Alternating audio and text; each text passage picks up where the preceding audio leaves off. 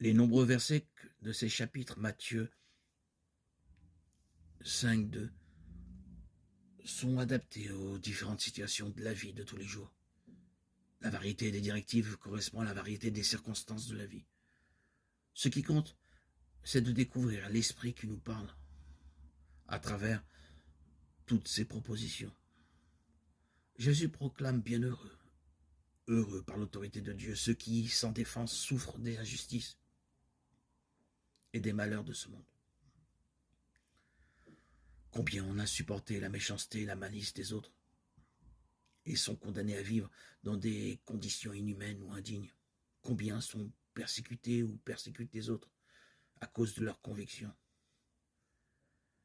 L'attitude des hommes les uns vis-à-vis des autres n'est-elle pas inspirée à toutes les époques par la routine et l'indifférence, le besoin de se mettre en valeur, la vengeance, la peur, l'amertume et l'étroitesse d'esprit? Jésus proclame bienheureux ceux qui, malgré tout ce que l'on peut leur faire, à eux et aux autres, mettent leur confiance en Dieu. Et à cause de cela, se refusent à rendre le mal pour le mal. Ceux qui, dans de telles situations, agissent ainsi, imitent l'exemple du Père des cieux. Montrez-vous les fils de votre Père des cieux, lui qui fait lever son soleil sur les méchants comme sur les bons, et qui fait pleuvoir sur les justes et sur les injustes. Matthieu 5, 45. Jésus déclare bienheureux ceux qui, confrontés au mal et à la misère du monde, vivent et communiquent autour d'eux la bonté et l'amour de Dieu, travaillent à instaurer entre les hommes la paix et la réconciliation, se montrent miséricordieux.